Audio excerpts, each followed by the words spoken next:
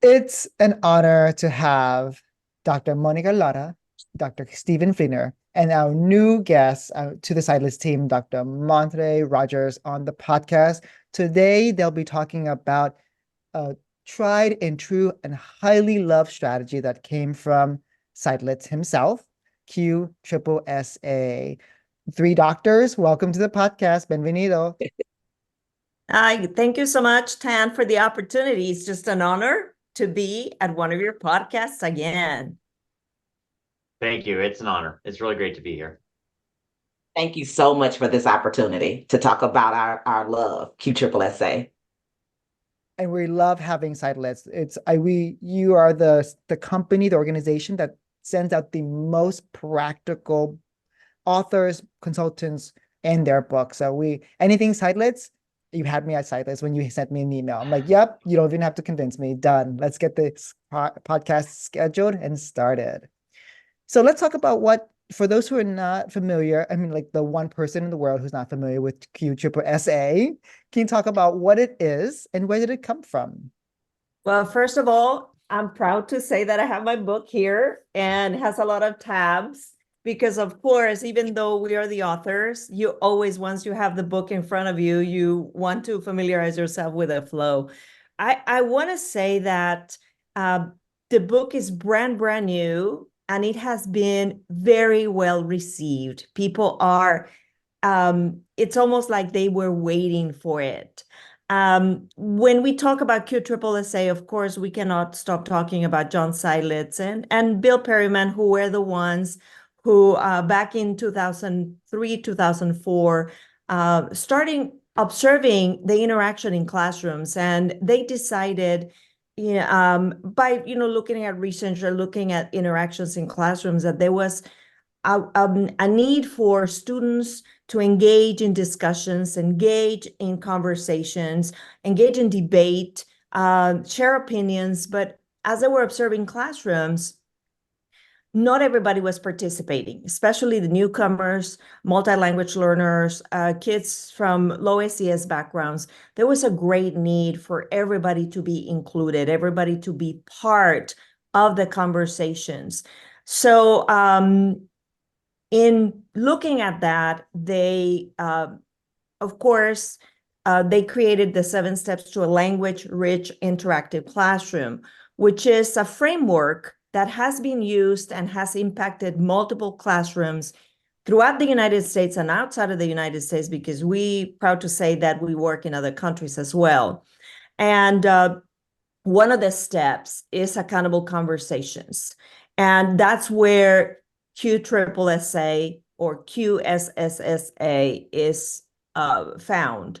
And it's a classroom practice, it's a routine that with some practice teachers can implement very easily, and it gives a voice to every single one of the students. So it provides students with an opportunity to have a conversation with each other before they have a conversation with a large group. So it provides ample opportunities for everyone in the classroom to have a voice. I think that's one of the things that is really important. Teachers have struggled, and I remember myself struggling as a teacher, to really allow every single student to have an opportunity to share, because it doesn't matter if you don't speak the language, everyone can think, everybody is processing information. And the use of academic language, the use of language, especially in discussions around core subjects, is very important. So students have an opportunity through QSSSA. And what is QSSSA? Well, it stands for question, signal, STEM, share, and assess. So throughout the podcast, we're going to be sharing what that looks like. And the book has great explanations. And not only that, it has opportunities for you to see teachers in action through QR codes. And we have a lot of anecdotes of teachers that have been kind enough to share some of the examples and even some of the images of what they have done in classrooms with the routine to provide everybody with the opportunity to use language in core content areas. The way I share what QSSSA is, it's like turn and talk next level, or like turn and talk 2.0. Yeah. Would anyone like to add anything, Dr. Steven Slino or Dr. Mantra Rogers? I'll just add, if you're familiar with turn and talk or think, pair, share, or just the opportunity for students to talk to their partner in a small group, simply providing the opportunity doesn't in and of itself produce 100% participation and equitable conversations. We as teachers need to add structure to those conversations to make them equitable with 100% participation. And QSSSA provides that, exactly that structure. Let's move on to talking about the research behind it, because we don't use strategies without it being validated by research. Sure, I'll take that. I completed a study or did a study in 2016 about the use of reflective practice to help teachers transfer from professional learning into their instructional practices. Because as we know, sometimes, teachers would come to professional learning, but it wouldn't show up in their practices. And so that was interesting to me. Well, one of the things that I had to do was pick a strategy or pick a routine or an intervention, as they called it, my dissertation chair. And I chose QSSSA. And here's why I chose it. I chose it because as a social studies director, leader, I would visit classrooms. And like Dr. Monica said, kids weren't talking. The only person a lot of times that was talking was the teacher. And we know research says that that's so, that about 60 to 70% of the time, a lot of times in social studies classrooms, teachers are doing all the talking. And we know whoever is doing the talking is doing the learning. And so I said, let me use QSSSA. It was easy because it had been introduced in my district. It wasn't a brand new strategy, right? But it was somewhat familiar, but it wasn't used across the district like I thought it should. So I did use that as my intervention. And I found out a couple of things from that. I found out that it gave students efficacy and confidence. It gave them an on-ramp, right? Because sometimes if you would interview, when I would talk to students, they didn't know where to start. They didn't know how to start the conversation. They just didn't know. And so QSSSA provided that structure to give students an on-ramp. The second thing that we noticed is that it helped with their content knowledge. It helped improve their content knowledge because I mentioned earlier, whoever is doing the talking is doing the learning. And how did we know that? We looked at the student work they produced after the QSSSA was implemented in the classroom. So like student writing, right? Even like multiple choice tests, we start looking at that to see, okay, is this having an impact on their content knowledge? It did. And I'm gonna tell you something else. Finally, it helped teachers gain more confidence in their ability to implement structured conversations in the classroom. Why? Because this is a low risk strategy for teachers, but high impact for students. Can you share how it's low risk for students, but high impact for teachers, low risk for teachers? Sure. It's low risk for teachers because the planning process is simple. There's already structure in place. You need a question, right? You need a signal. The STEM, you turn the question into a STEM, they assess it. So it's not like I have to do a lot of planning. It's not like a Socratic seminar, which is a whole jump, to something else. Or it's not like some of the other strategies that take a little bit more time to plan. And so a teacher, if he or she doesn't have to really, they feel like they can do it. They find value in it and they feel like they can do it because the structure is already there. That's the low, that's the low risk for teachers. Like I don't feel like I'm gonna fail at it. It's easy to implement. And as Dr. Monica Lara said, with practice, the more I practice, the better I get. And they see that instantly, which leads to the high impact for students because now teachers are relinquishing the control and students are doing more of the talking. So that's the high impact part. Right. And those who are doing more of the talking are doing the learning. The learning. Right. So we have a science teacher here, we have a social studies teacher and a Spanish teacher. So would each of you give an example of a QSSSA, and then we'll go into each of those in the rest of the podcast, because that's each chapter of the book is devoted to one of the letters. As I'm listening to Montre, and I'll give my example in a minute, but I would like to say that Dr. Fleener wrote the foreword of the book. And one of the reasons why he did is because as a first-year teacher, he was there at one of my trainings. So I would like for him to elaborate a little bit how that became, so impactful in his teaching career and how that transformed his classroom, just in a nutshell. And I'm sorry, Dr. Fleener, to put you on the spot, but I think, when people read the foreword in the book, they're going to see how it happens right away. So Stephen, could you just share a little bit about your experience? Yeah. So I was a first year teacher, alternative certified. I had no practical classroom experience at all within the first 6 weeks of my first year teaching. And I knew the first step of QSSSA, which is to ask a question. I knew that teachers ask questions, and I was asking my students questions, and I just wasn't getting equitable participation in answering those questions. I was getting what every teacher has experienced, where they ask a question to a class and 3 kids maybe raise their hand, and it's the same 3 kids every time. And so I can give an example. I would ask a question like, what is the difference between a covalent bond and an ionic bond? I was a chemistry teacher. And that's a question that some students need time to think about.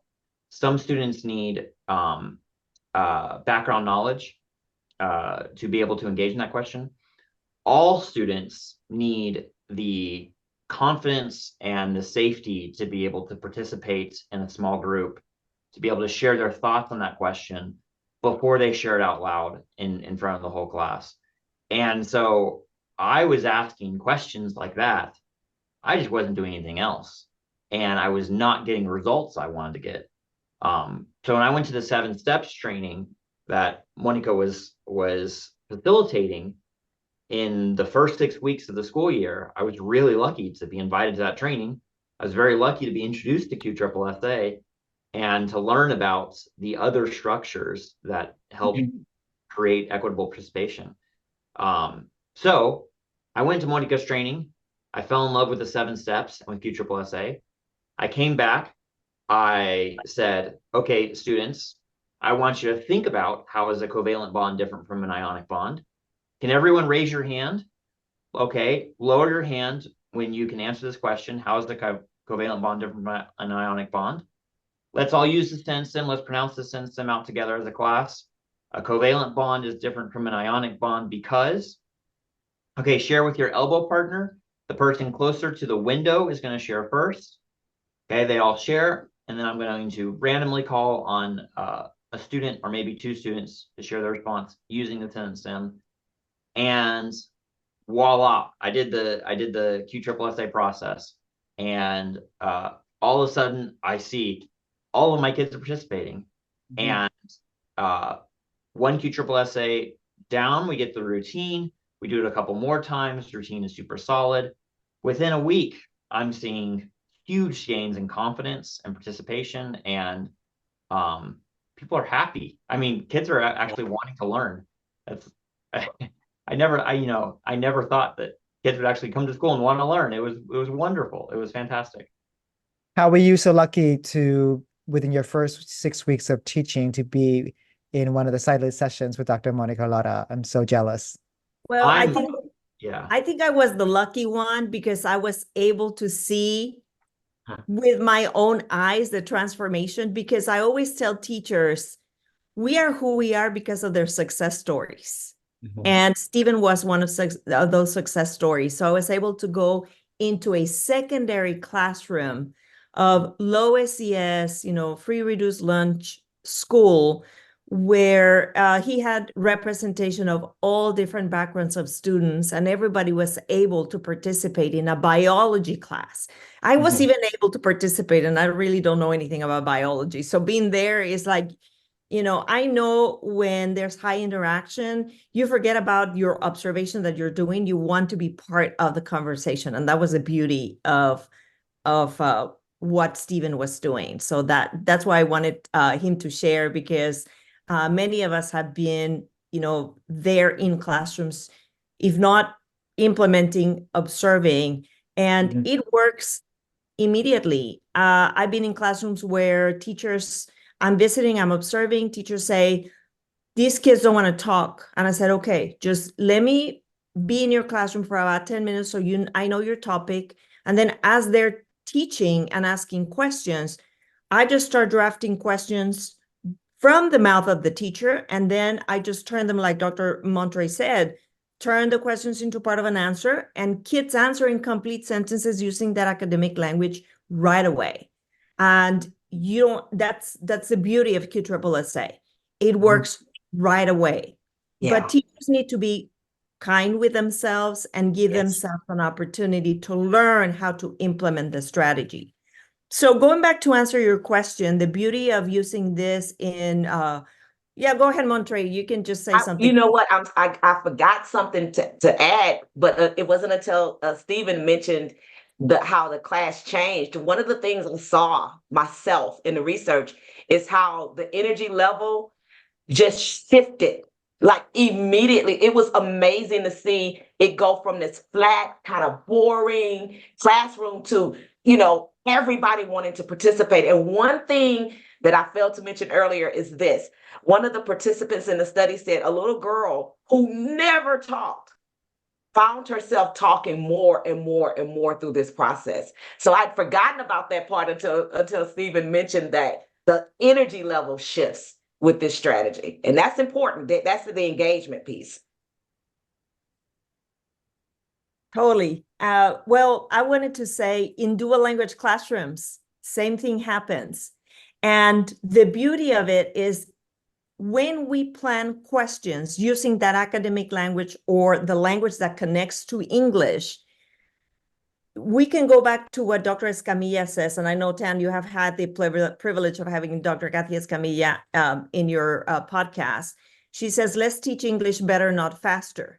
So when you focus on using that academic language that connects to English, you don't need to really worry so much about the English will come. So if I am in a classroom and we're talking about recycling, and my question is going to be, ¿por qué es importante reciclar? O ¿por qué es necesario reciclar? You're using importante, necesario, reciclar, cognates, words that students can use in English. You're already getting them there. So kids are able to respond. Es importante reciclar la basura porque mejora el medio ambiente. So you provide that academic language, that support, that rigor of the primary language. Number one, you are valuing the language that they own, and you are elevating the rigor. And at the same time, kids right away make connections with English. So you can use it in load classrooms where students are learning another language, not just Spanish or English. They may be learning French or another language, and they're using that language because we have bilingual brains or multilingual brains, so we're always connecting. So the more structure you provide, when you provide them with that entry point, with the sentence stems, with the structures, kids are able to make sense of language. And so you transform the culture, going back to what we have said. Students are able to use that language and connect it right away to English. So in dual language classrooms, we call them conversaciones responsables or conversaciones estructuradas. And you can find that information on the Toma la Palabra book that we have when we train teachers, dual language teachers, in best practices when we are instructing kids in Spanish in dual language programs.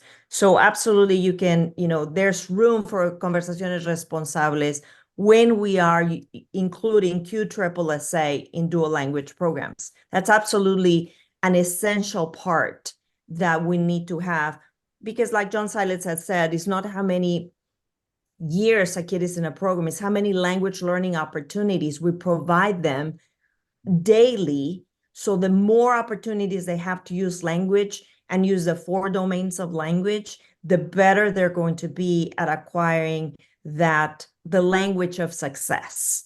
Because it's not, oh, I went to a Silas training and I do QSSS, or I have to do QSSA. No, I have learned the importance of providing kids that opportunity to use the language of success, to be able to level the playing field for them, to be able to compete in this global environment that they find themselves. So the better your language, the better you use conversations, the more marketable you're going to be, the more successful you're going to be. So that's what QSSA provides. We're giving them that opportunity to use language on a daily basis to be competitive in daily life in the workplace. Right. When you're talking, I'm thinking about competence comes from confidence, right? And so, or the other way around, sorry, confidence comes from competence. When someone is competent, feeling competent in their academic English, when they're using that, they start to feel more confident. And as they start to feel more confident, they're engaging more. And that's what Dr. Rogers talked about. Like the engagement level in a class shifts because students feel like they're not being talked at, but they're also engaging in the conversation. But they're not just talking however they want to talk. We're giving them the structures to speak more academically, proficiently, and with confidence. So absolutely. I'll share then, I'll let Dr. Rogers go with science example. I have a social studies example. Sorry, Is that social okay? studies. Yeah, sorry. So one of the things that I'm thinking about is something that's cited in the book. And that's when I visited a classroom, a 7th grade classroom here in Texas. It's Texas history. And I'm thinking about the prompt. It was a question around which civil rights leader made the greatest contribution to Texas in the US. And so thinking about how they did this through the QSSSA, right? But this was a part of a next step. It was almost as if the QSSSA in that question was around the pre-writing, because they were going to have to write about this. They were going to have to make an assertion, cite evidence, explain their reasoning, summarize, right? An ACEs. They're going to have to do that. But what happened was the teacher, they had a reading. The teacher asked them to kind of look at the reading, and then they facilitated the QSSSA asking which of these people that you read about made the greatest contribution to civil rights in Texas and the United States. So from there, they did the conversation. Students were able to kind of listen to other kids. They were able to kind of jot things down that they didn't think about.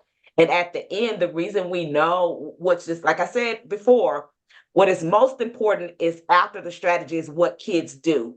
And they were having to make that quick open-ended writing assignment. And that showed us that there was transfer from the conversation to their practice and their content knowledge. So that is my example for social studies. Because it really structures their thinking there.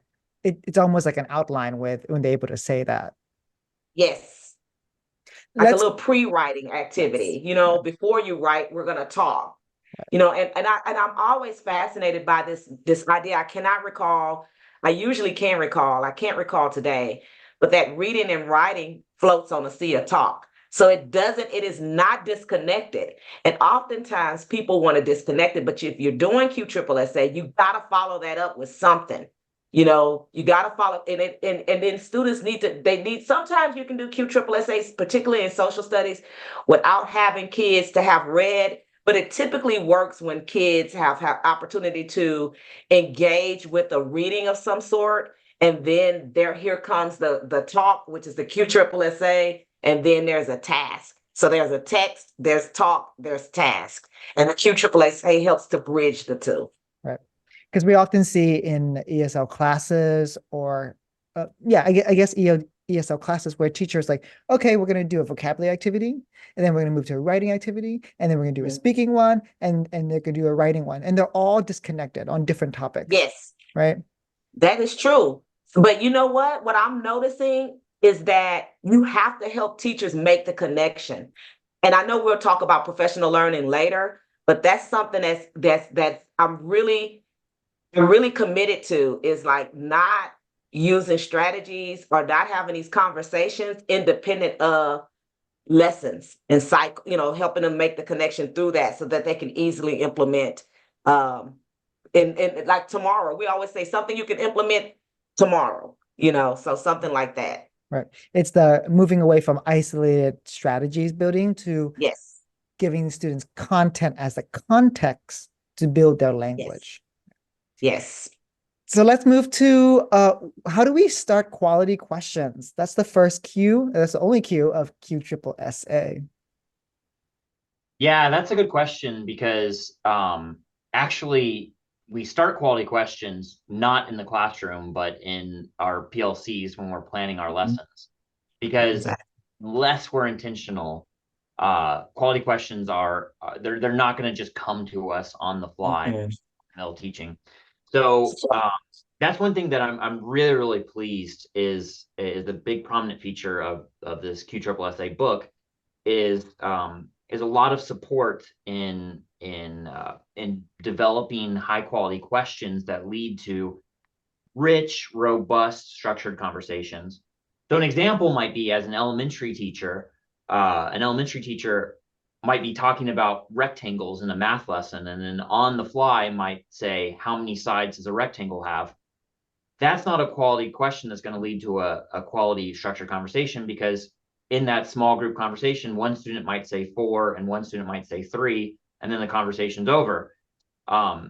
So a quality question would be, how do you identify a rectangle?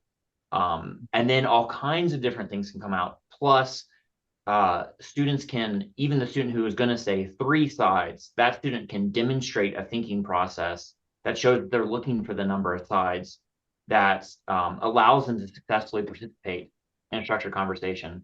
So a big difference between a quality question and a not so great quality question for structured conversations is having open-ended questions versus closed-ended questions. And that's one thing I really like about this book, is it really supports teachers in developing open-ended questions. And the overwhelming advice that I give teachers is, when you're planning a lesson, start with, what are the key questions you want to have students discuss? Plan those out first. Make that the skeleton of your lesson. And then think to yourself, what additional teaching do I have to do in order to support that?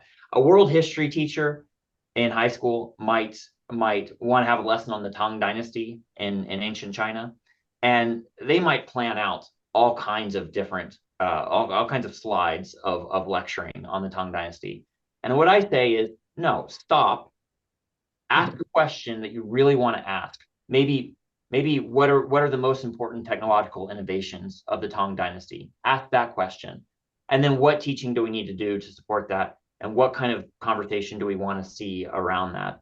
And so the first thing to do is to develop the actual questions that you want to ask. Do that in the planning, in the PLC. And then when we're actually delivering these questions, when we're actually facilitating these conversations, we're asking them with the intentionality of students thinking about them deeply and discussing them. We're not asking them with the intentionality of getting a quick answer. So we don't say, how do I identify a rectangle? We don't say, what's the most important technological innovation of the Tang Dynasty? And we certainly don't follow up that question with, anybody who can tell me? We don't say that. What we say is, okay, I'm going to ask a question, and I want us to all think about this question.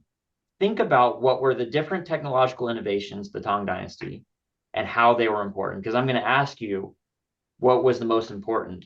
So we're framing the question in a way that gets students thinking, rather than gets students to try to compete with each other to produce the quickest response possible.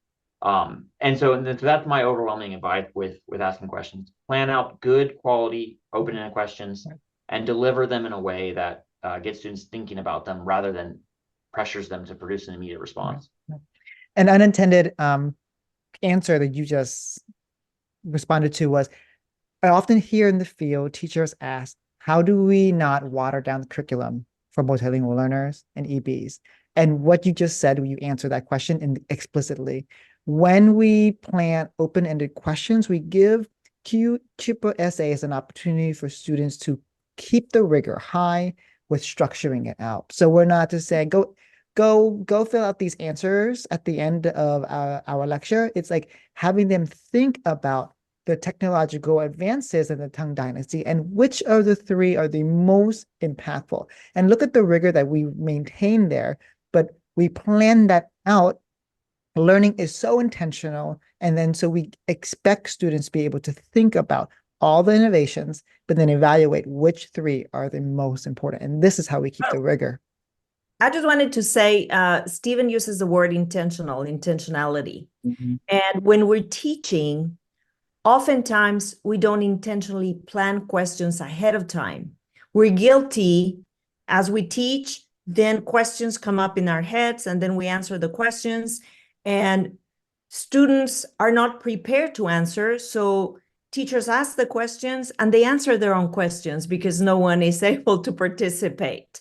So the opportunity of really thinking quality versus quantity, because you may be asking a lot of questions, yet no one answers the questions but yourself. But if we plan intentionally those open-ended questions before you start your lesson, and then throughout your lesson, you give the opportunity for students to think before they answer. And, we're not very good at impromptu responses. So it's not just calling a kid and let me tell you, I'm going to ask you a question, and then you ask a question. This is the question, think about the question, and then I'm going to provide you with some information for you to be able to answer the question. So intentional is very important for us as teachers to think about. The intentionality piece is important in terms of the question, but is as important as to determine when you're going to use the strategy itself, because you cannot just. I always would tell teachers, you can't just come here and say, I'm going to do a QSSSA today. You really got to think about, am I using that to open a lesson? Am I using that to assess? You got the intentionality is so key to determine where will it live in the cycle of your lesson. Then as my colleagues have stated, then you say, okay, I know I'm going to use this strategy, the routine here. Now I need to think about, well, what question is appropriate? Is a reading even necessary? Is this about a review? So there are multiple things that you do have to consider, and take ownership for when trying to implement a routine such as this. You're saying, don't use it willy-nilly. There is an intentionality behind it. It's at the beginning, middle, and end, or is it tuning in to get students to tune in? Is it to have students process content, or is it having students to extend content that they already know? Is it to get students to pull in their background knowledge that they already have? It's a tool, and we don't use a hammer for everything in the house when we build. Exactly. I thought I was the only person that said willy-nilly. That's like one of my favorite words. Hey, we're family here. Let's move to signals. What are some signals that are really effective? Dr. Stephen Flynn already shared, like everybody raise your hand, and when you have the answer, lower it. Well, teachers who have used 7 Steps to a Language-Rich Interactive Classroom have seen that section. And this section in the book, it's a little bit of a repetition, but it has been enhanced. And it's an opportunity for students to participate. And it's an opportunity for the teacher to know that students are ready to participate. So whether you use, and in the book talks about the written responses, the ready responses, the making choices, the ranking, the sky's the limit. I really always recommend to teachers, if you're just starting with 7 steps, begin with total response signals because they're magical. They work. And teaching kids at all levels to use response signals. Sometimes teachers are leery about, they say, oh, well, my students, my older students are not going to use response signals. I tell them, don't they play sports? Don't at football practice, don't they use signals? Any coaches use signals for students. So explain to them how it's a nonverbal way of participating and letting the teacher know that they're ready to respond. There's many different signals that have been listed in the book, but there's many signals that teachers can use and they can come up with. There's not an exhausted list in the book. So one of my favorites, not just raise your hand when you're ready or put your hand on your book when you're ready, but the ranking. How well do you understand this word? Give me a 5 if you can use it in a sentence and know the definition. Give me a 3 if you kind of can use the word, but give me a 0 if you have never heard the word. So you really get to see what is the knowledge that students have. And that way you're going to be able to use that information to create, to craft a question to allow them to participate. Response signals provide an opportunity for everybody to participate. And if you explain to students who have never used signals, it's an opportunity for me to know that you are ready, then the students are going to be less reluctant. Many times, the history that students have with using response signals is if I raise my hand, you're going to call on me, and I don't want you to call on me. But when they understand that you're going to wait, and that's another thing that we really encourage teachers to do. Don't just move ahead if 3 kids give you the signal. I know Stephen has used the choosing the signal, signals that send students back to a resting state. And Stephen, maybe you can elaborate on that, but that's like a reverse way of using a signal, which is very, very important and very powerful. So how do you direct teachers to use it that way, Stephen? Yeah, it's a really, really good point, because a lot of times the ready response signals that we have students do, there can be some issues with participation if we try to frame it in a way of, so an example of ready response signal is put a thumb up when you're ready to share your answer, or raise your hand when you're ready to share your answer. And a problem with that can often be that we say, put a thumb up when you're ready to share your answer, and some students put their thumb up, but not all students put their thumb up, even after we've given some time. And so one thing that is in this book that we work with teachers a lot in is reversing that signal as a way to engage students and as a way to activate them. And what I mean by reversing the signal is, instead of saying put your thumb up when you can answer the question, say, I know we're all going to be able to answer the question, so let's go ahead and put our thumb up. Everyone put your thumb up right now and hold your thumb up. And when you're ready to answer the question, lower your hand. And so what that does is it activates them kinesthetically. They're all sitting there with their thumb up thinking, wait a minute, I've got something to do right now, and I'm going to think about this question. And when I'm done thinking about this question, then I can lower my hand. And it also encourages 100% participation that way. The beauty of a STEM is that the research has showed us that teachers wait after answering a question at max 9 seconds, right? And so students don't have that opportunity to, like, because they're still processing. And with emerging bilinguals or multilingual students, they're processing in another language often. They're taking language and they're thinking about it, the question, and then they're taking it in their heritage languages and they're putting it out. But that takes time. And the beauty of a signal is that it gives the students opportunity, that built-in wait time, for them to be successful in thinking about a full answer instead of a partial answer. One of the things that I noticed with the signal, and I saw this in the research, I think I talk about it in the book, is knowing your class too, and being intentional about executing these signals throughout the year so that it becomes a part of the classroom culture. And that's something that a teacher talked about. Like, he knew that this class was this, had this kind of personality as a class, and he needed to think about letting them own what signal they wanted to use, letting them as a class think about that. And that helped him to get the 100% that he needed. Perfect. Let's move to the next part. I think one of my favorite parts is the STEM. Can you share some wisdom on that? Well, I just love that part because as a second language learner, I always go into classrooms and I look at the STEMs. And, the first step is use STEMs and then you worry about the quality of the STEMs. But I always think, as a second language learner who is a beginner, am I able to use that structure that the teacher is giving me? It's very, very important, and I cannot emphasize enough, taking into consideration proficiency levels, because many STEMs that are in classrooms are for able, advanced high English speakers. So if I'm a beginner and intermediate student who's barely learning English, if you give me a STEM that has a lot of open-ended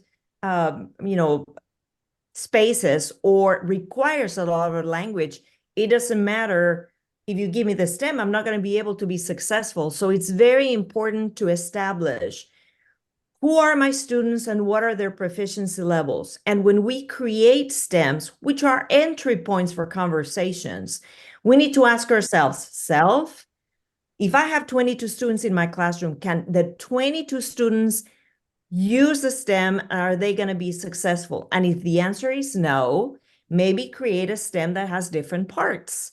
So maybe one is going to require just a noun and an adjective, and then add the because at the end, which will provide other students who are more able to use language with opportunities to elaborate using the STEM.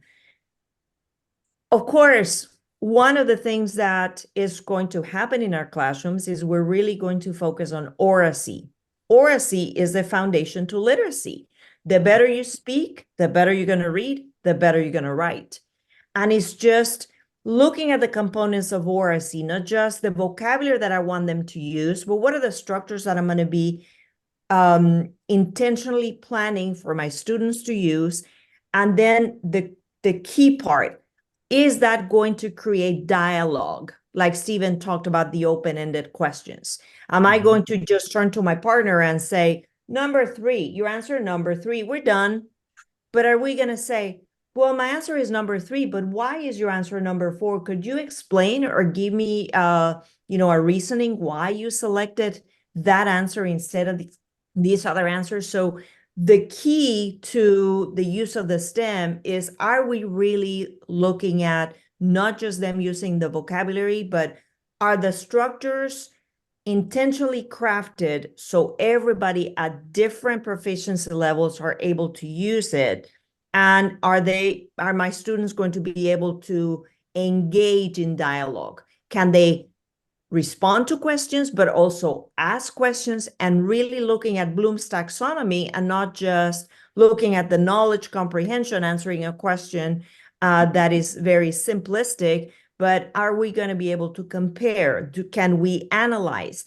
Can we elaborate, give an opinion about something? Right. So when you're creating your questions, of course, your sentence stem is going to be related to your question, but are we hitting those higher order thinking levels? Are we not just doing the knowledge and comprehension, but can we really get to the synthesis, the evaluation piece? So there's, again, just begin by using STEMs, but then worry about the quality of the conversations that you want your students to have. Going back to quality is better than quantity. So when you are using STEMs, give yourself permission to learn how to use the STEMs. Sometimes the STEMs don't work. It's okay for you to pause, tell your students, you know what? I don't really think that I gave you the right structure to answer. But again, sentence stems are there to support and not to limit. You have students that are going to need that structure because otherwise they would give you a one-word response. Other students have more advanced language and they're able to elaborate. Allow them to use the language that they have to serve as models for other students.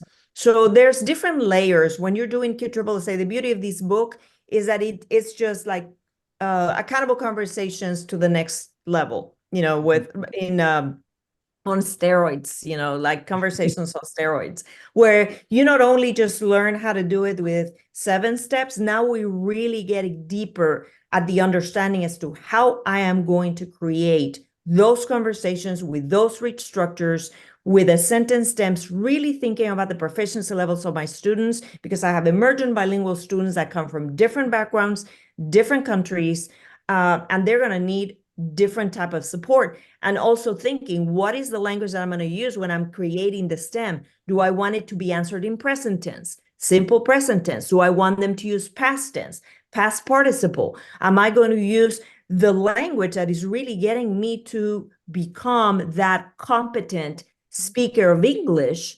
But as a teacher of emergent bilinguals, I really need to think about what is the language that I'm using to really help my kids advance in English proficiency, because it's not just the responsibility of the ESL teacher, it's everybody's responsibility.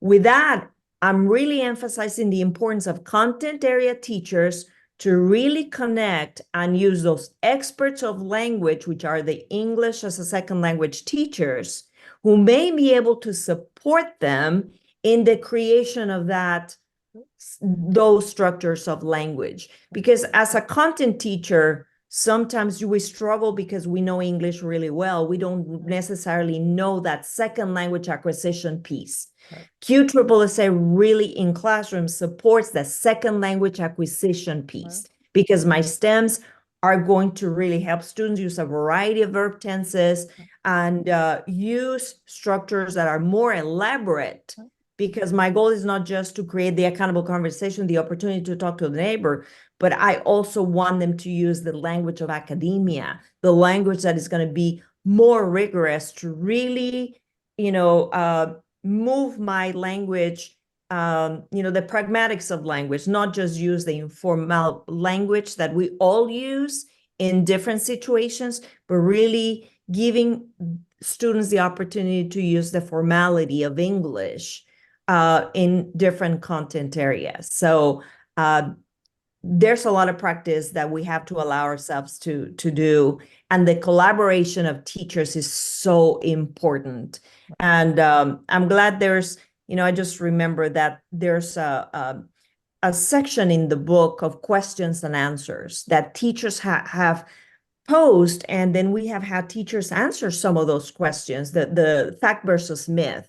Kids will never use structures. Well, let me tell you the answer to that. Or kids will never use response signals. Well, let me give you the answer to that. So that we have the wisdom of teachers that are in the trenches, really have contributed to the book to really provide that support for teachers who may say, well, Monica's not in the classroom anymore, or Stephen is not in the classroom anymore, or Dr. Rogers is not in the classroom anymore. We do have the wisdom of teachers who have contributed to the book to really give explanations on how you use the structures of language in the classroom to really develop that oracy. I know you give me the floor and I have a lot to say about that, but the book in itself is going to really help teachers with those conversations. Would anybody like to add anything about stems? Don't not use a sentence stem. Always include a sentence stem. Yeah. Agreed. How do we wean students away from sentence stems? Well, I'm of the opinion that sentence stems can always be beneficial thinking structures for all students. And what we can do is we can, as Monica was saying, we can have differentiated sentence stems for different proficiency levels. And as students develop more English language proficiency or whatever the target language of the lesson is, they can choose to use the more advanced or open-ended sentence stems. And what we can also do is, regardless of students' level of language proficiency of the target language of the lesson, what we can do is we can encourage students to use the sentence stem if they want, or to craft their own sentence, as long as they're speaking in a complete sentence using perhaps key academic vocabulary terms or using academic language. that can be a mechanism by which students can start to differentiate their the way they start the sentences other than using the sentence stems. But I'd always encourage teachers to continue providing the sentence stems, if nothing else than as a thinking structure to help students start the process of thinking. I know as a very educated adult, I really appreciate the opportunity to think about a prompt using that sentence stem, whether or not I use the sentence stem in my final response. Right. When teachers ask me this question, like when do you wean away sentence starters, like they can be overly used, I always say use a strategy called sentence mirroring, where we take the words from the question and students start their answer with that. So your question about what are the three most impactful innovations from the Tang Dynasty, students would turn that and say the three most impactful innovations from the Tang Dynasty are ... and then they have to add comma, so, comma, or, comma, but, because, to add the rigor. Let's combine in our last 4 minutes, let's combine the share and the assessing together. Yeah, so I can talk about that. So I think that the share and assessing, what they really have in common is their purpose is to engage all students in a class conversation. Their purpose is not, it's called QSSSA, not QSSQ, because it's about assessing, not quizzing. And the assessing piece is rather than putting kids on the spot and judging them and evaluating them whether they got the right answer or the wrong answer, the purpose of it is to invite all students to participate in the class conversation and then to value what they're saying and to guide the conversation that way. So the share is very intentional in having students not just have the opportunity to share with a partner, but also structuring that in a way that supports equitable conversation, being very intentional about the grouping, also including other structures that support equitable sharing, like, for example, saying which student is going to go first, the student with the brightest shirt or the student whose name is closest to A in the alphabet, some kind of random indicator, as well as maybe structuring those conversations with what we call in the book bounce stems or sentence stems that prompt further discussion, like I agree with that because, or what you're saying makes me think, or something like that. And then when we get to the assess part, the thing that I'm really passionate about sharing with teachers is that the assess needs to be equitable more than anything. And we make it equitable by either making everybody do it with a written response or a response signal, like we all put on our hands 1 through 5, which we most agree with, or something like that. Or we make it equitable by making it random, by randomly calling on students in the whole group, or by calling on a different student from every group to share, or something like that. Those are all equitable structures. And if they're equitable, then we're really communicating to the class culture that the purpose of this is to have everyone participate in the class conversation, and everyone is invited to participate. Right. Where I like how you said that it's not just accountability, it's inviting you to participate so you can learn.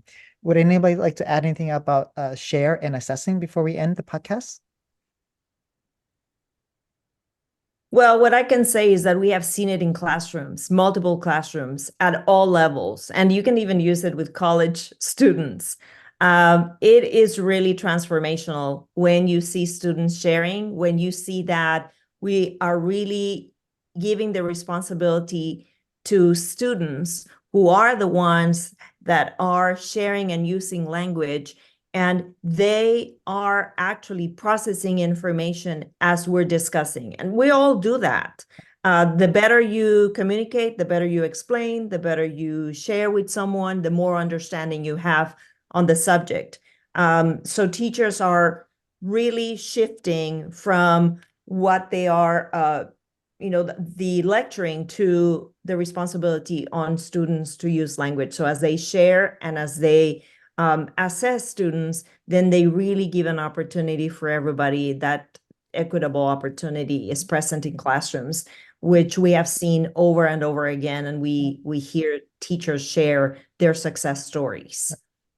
Well, Dr. Rogers, I know that I'll let you end the podcast with this, Dr. Rogers. You were responsible for leading the social studies in your district. And so let's talk about professional learning and the relationship to QSSSA. You know, there's so many avenues to enter this conversation around that. And I'll just quickly say, one of the things that we had to do was to, as I said earlier, make sure that teachers understood where this lived within your lesson cycle, Yes. to not teach this strategy or to not train this strategy or intervention or routine in isolation. And so another piece to that is there had to be follow-up. So like you've gone to the training, you've planned the lesson, there had to be follow-up either through us as a team observing it in action in some places, or student work,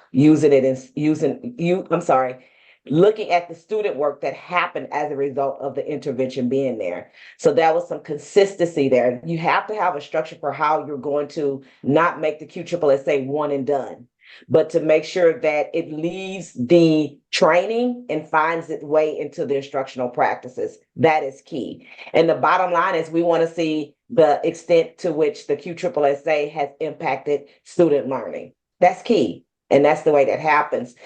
Also, though, with professional learning as a facilitator, this strategy is used to help equity in trainings with teachers, whether it's on QSSSA or not. So I might not do a training on QSSSA, but I guarantee you that I'm using the QSSSA to help them understand, okay, you know, how do we best serve our underserved populations, or how do we make sure that writing is implemented in your classrooms? We use it all the time, and as Dr. Monica said, you know, it extends to college students, it extends to professionals as well, giving them voice, giving them confidence. So those are the ways in which it manifests itself in professional learning. So you gave us the bookend with that lovely idea of like, let's look at students' work that they produce based upon QSSSA, and that's the research. That's where evidence we get. The other bookend would be, let's do a lesson study. There's 4 of us who are teaching 8th grade social studies. Let's plan this lesson on the Industrial Revolution, and let's plan together our QSSSA for this next lesson. Let's come back and talk about that as well. Whew, I'm so excited for this podcast to be shared and your book. Oh my goodness. You have said it, I think one of you have said it really well, that we're trying to teach English better and not faster, and you have done that with your book and your collaboration. So the field has been indebted and continue to be indebted from your work. We know that QSSSA was one kernel of the 7 steps, and I'm so happy that it has taken wings and has taken a root in a new book where we can now grow it more. Thank you for helping us teach better. Thank you, Tan, for the opportunity. Thank you. This was a really great conversation. It's a really great opportunity. I appreciate it. Always so practical and rooted in research, but rooted in what works for students and teachers. So, muchas gracias. Gracias.